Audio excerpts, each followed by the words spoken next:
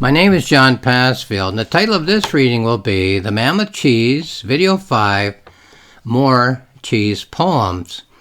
This is my novel, James McIntyre, The Mammoth Cheese, a novel by John Passfield with a historical photograph from 1866 of the mammoth cheese in its traveling case on a wagon surrounded by citizens of Ingersoll, Ontario, Canada. Here's a summary on the back of the novel.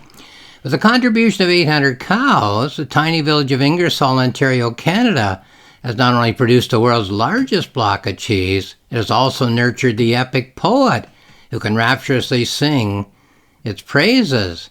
Now, if only Queen Victoria can be persuaded to take a hearty bite and add her majestic voice to the poet's ecstatic hymns of praise, the mammoth cheese will become the edible jewel in the crown of the globe-girdling British Empire. So it's an epic quest. If only they can get Queen Victoria to go along with it, things should work out very well.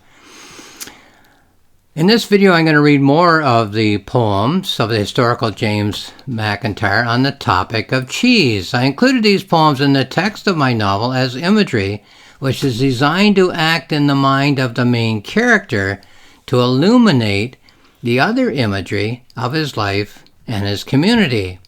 Now, in an earlier video, I read James McIntyre's most famous cheese poem, the one that begins, "Oh, we have seen thee, Queen of Cheese." In this reading, I'm going to read 3 other cheese poems.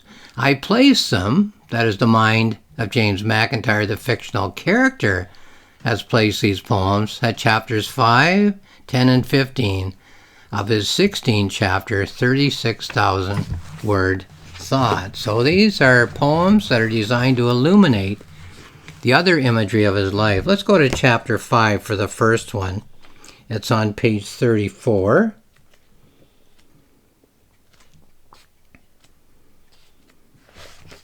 And here we are. So, a cheese poem, a poem on the topic of cheese. Who hath prophetic vision sees in future times a 10-ton cheese. Several companies could join to furnish curd for great combine. More honor far than making gun of mighty size and many a ton. And we go on a page later, leaving out other imagery, to the second verse of this poem. Machine it could be made with ease that could turn this monster cheese. The greatest honor to our land would be this orb of finest brand. 300 curd they would need squeeze for to make this mammoth cheese.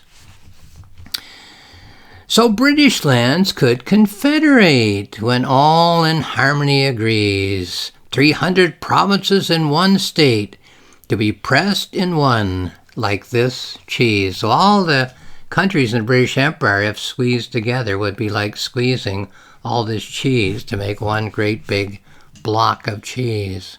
Interesting image. Then one skillful hand could acquire power to move the British Empire. Don't forget this is 1866.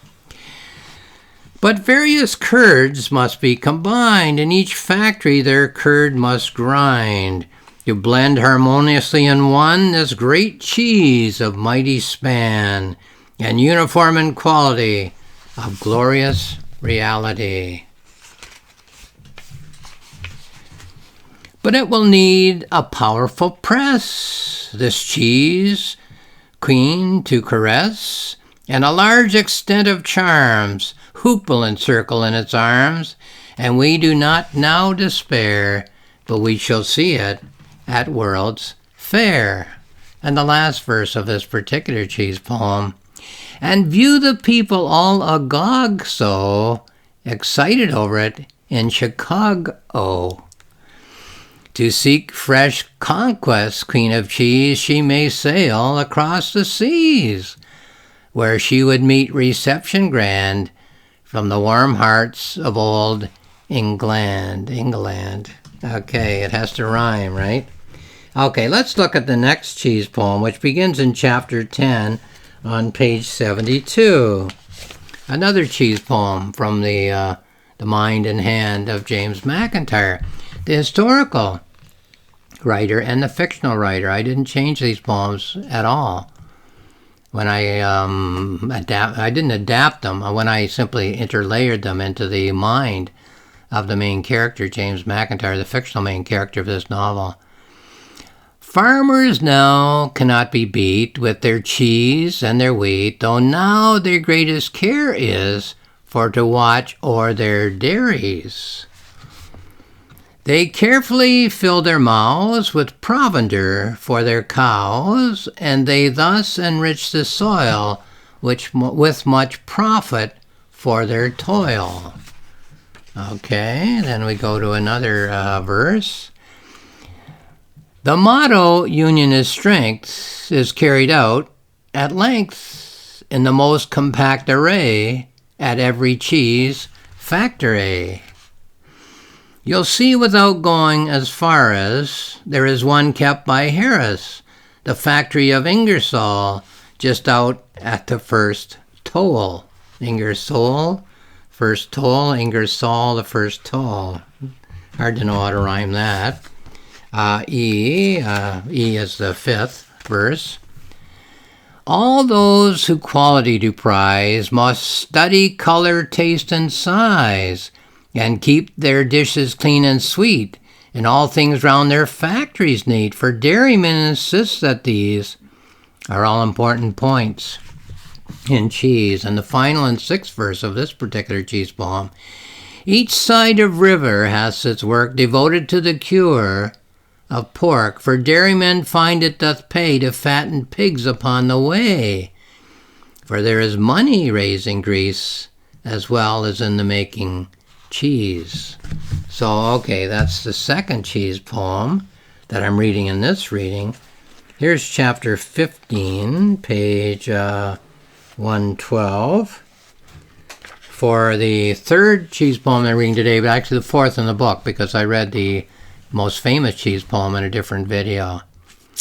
Ancient poets ne'er did dream that Canada was land of cream.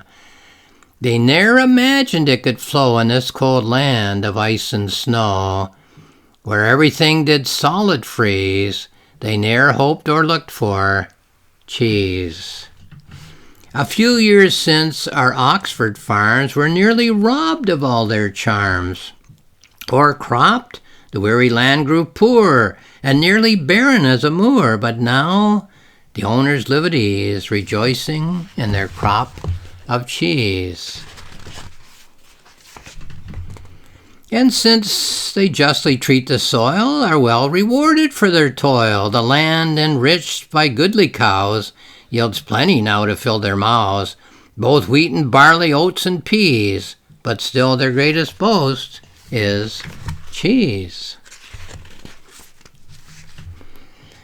And you must careful fill your mouths with good provender for your cows, and in the winter keep them warm, protect them safe all time from harm, for cows do dearly love their ease, with just which doth ensure best grade of cheese. And the final verse of this cheese poem. To us it is a glorious theme to sing of milk and curds and cream. Were it collected, it could float on its bosom small steamboat.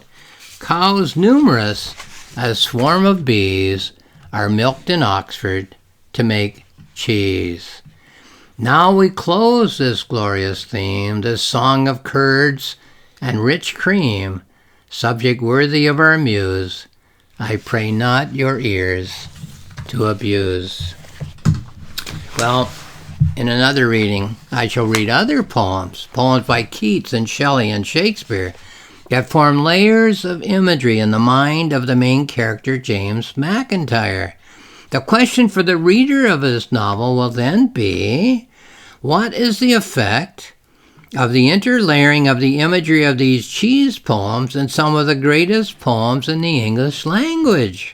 Just what is the mind of the main character, whether consciously or subconsciously, attempting to figure out by doing so?